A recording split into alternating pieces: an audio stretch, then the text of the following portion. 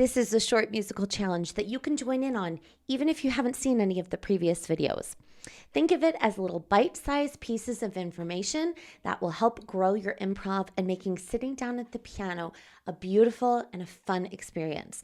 By the end of today's video, you will be confidently using chord inversions in your right hand, but more than that, you will be learning to connect those chords so you don't have to guess which notes to use. This will help your improvisation sound professional and beautiful.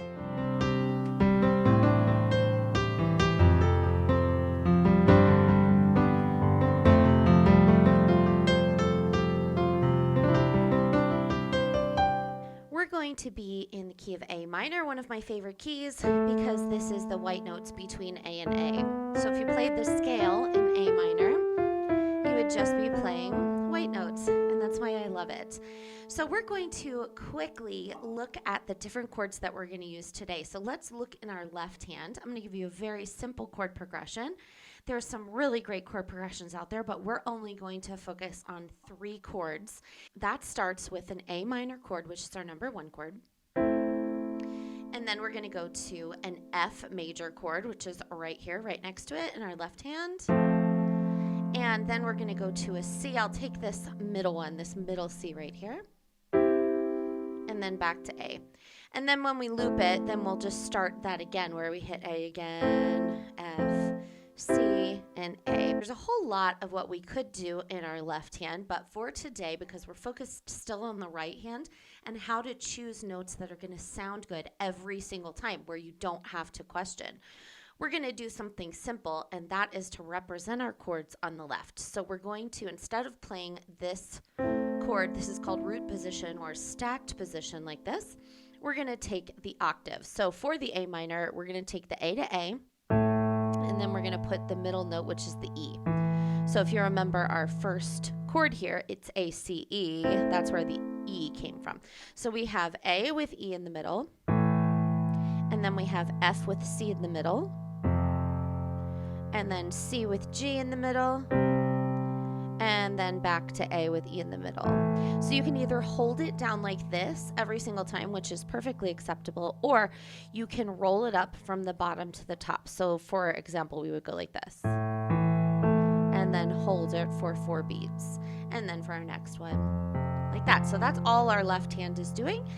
And now we're going to echo those same chords in the right hand. So we can echo those same chords over here. So we have our A minor chord, and then we go to our F, and then C, and then back to A minor. But we've talked in the past about how we can use inversions. Now, if inversions are something that have kind of always eluded you, you don't know how to do that, you want to dive a little bit deeper into that, go ahead and check out this video that I posted last week, and that's going to help you really understand the inversions. But all inversions are is just taking the notes of the chords. So in this case, we'll take the A, C, and E, and you can play them in any order. So you can play it this way in the root position, or you can take the A off the bottom. You can play that at the top, or you can take the C off the bottom, play that at the top.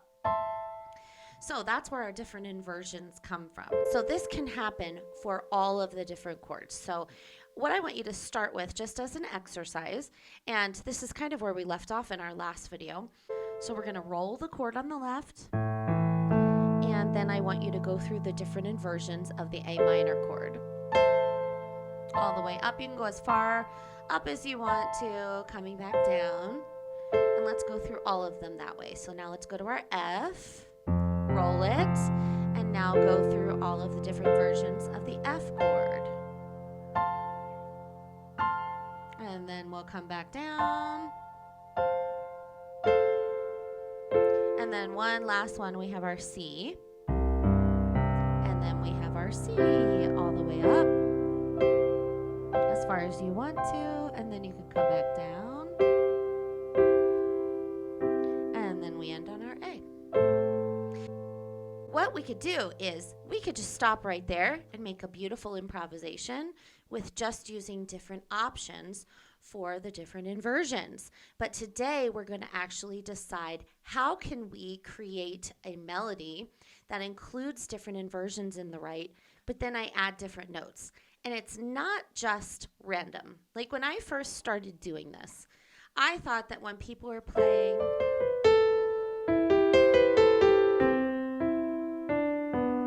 I was like, how are they figuring out what to play? I just thought they were just picking up anything random at all. And there is a measure of being random when you are improvising. However, there is some thought behind it. I'm going to show you exactly what to do so that you understand where those notes come from. Every time you put your hands down on the piano, it doesn't change that you have 5 fingers, right? So if we count them, it's very basic, of course, but this is how we number them in piano language. The thumbs are 1, 2, 3, 4, and 5, okay? So you'll never have more than 5 fingers on your hand. So every time that you play a chord, so for example, this A minor chord, you have some fingers that are down and you have some fingers that are up. So for an example like this, we have our 1, 3, and 5 finger that are down playing. And then we have our 2 and our 4 finger that are not down. So if we played them all at the same time, it would be just a muddy mess like this. Obviously, we don't want to do that. So we have our chord that's played with 3 different fingers and then our 2 that are not playing.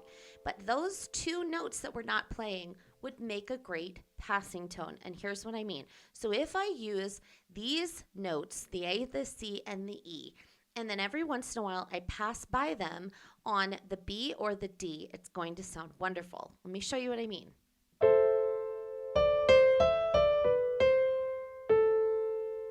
Hear that? So I played the B and the D sometimes, but I passed on by because the most important notes that we played right there were the A, the C, and the E. Every single chord, whether it's in root position like this or if it's an inversion, also has different 5-finger positions. So we're going to go through all of them so that we can see what they are and play the different ones. So let's go ahead and start. This is middle C. I'm going to start down here just so that as we travel up, we don't run out of room here. So let's start with our root position of A minor and do our 5-finger position. And then we'll do our first inversion where we take the A off the bottom and place it at the top. So now I have my 3-finger over the F and my 4-finger over the G. Now let's take the C off the bottom, place that at the top, and I have my 2-finger over the G and my 4-finger over the B. Our F major next. Let's try our 5-finger position. And then our first inversion. And then our second inversion. And then lastly, let's do the same thing with our C major chord. Root position. First inversion.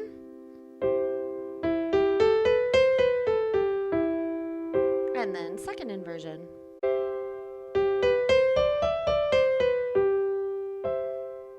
And so what happens is all of those notes that we played become the basis of our melody, so that when we can put it together, it can sound something like this.